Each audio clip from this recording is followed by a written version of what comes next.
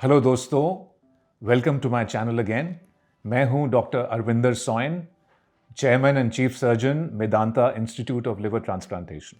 आज हम एक बहुत ही फैसिनेटिंग टॉपिक के बारे में डिस्कशन करेंगे, वो है लिवर रीजनरेशन। क्या लिवर अपने आप दोबारा बन सकता है? अगर ऐसा है तो ये प्रोसेस क्या है? तो अगर आप इसके बारे में समझना चाहते हैं और ये जानना चाहते हैं कि अगर आपके लिवर को या किसी आपके चाहते के लिवर को अगर पार्शियल डैमेज है तो वो रिकवर होंगे कि नहीं होंगे, तो ये वीडियो एंड तक ज़रूर देखें।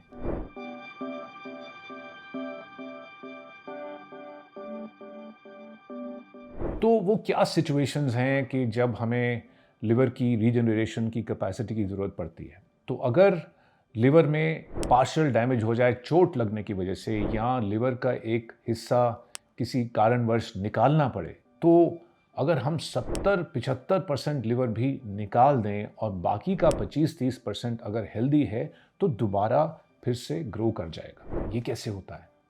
लिवर के जो सेल्स होते हैं, सारे ऑर्गन्स या टिश्यूज़ के सेल्स होते हैं, जो कि एक बेसिक यूनिट है टिश्यू का या ऑर्गन का।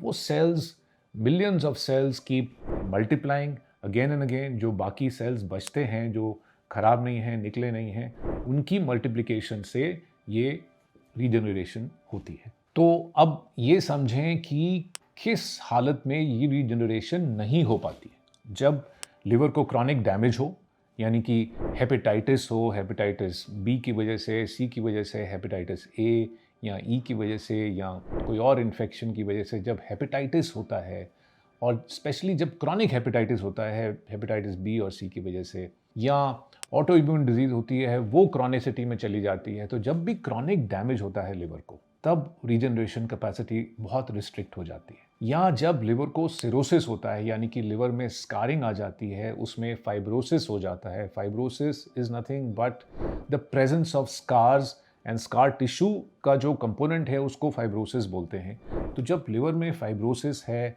स्कार्स हैं, सिरोसिस है, तो उसमें रीजनरेशन नहीं हो पाती है।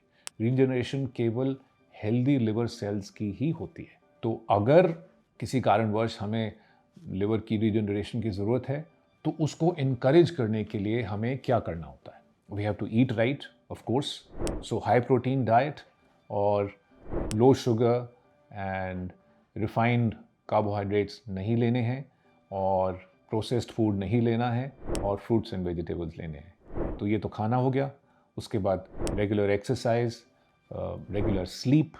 तो ये सारी चीज़ें लिवर की रीजनरेशन के लिए इम्पॉर्टेंट हैं। हाइड्रेशन, प्रॉपर हाइड्रेशन होना चाहिए, अनफ लिक्विड्स जाने चाहिए, तो ये भी इम्पॉर्टेंट है लिवर की रीजनरेशन के लिए। अब ये देखते हैं कि हमें किस किस कंडीशन में लिवर रीजनरेशन की ज़रूरत पड़ती है।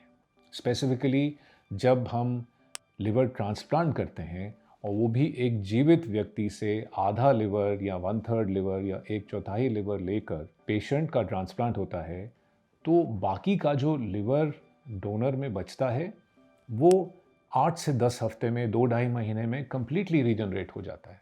और जो पार्शियल लिवर इस तरह का पेशेंट में लगता है, वो भी रीजनरेट होके उस साइज़ का हो जाता है जिस साइज़ का मरीज़ को ज़रूरत है।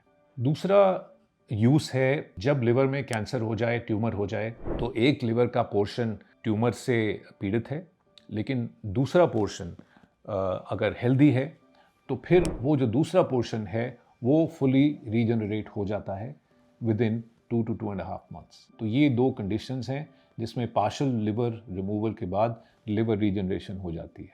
तो आज आपने समझा कि लिवर रीजनरेशन क्या चीज़ है, और इसके प्रोसेस को समझा, और ये समझा कि किस कंडीशन में इसकी ज़रूरत होती है, और इसको इनकरेज करने के लिए क्या क्या करना पड़ता है।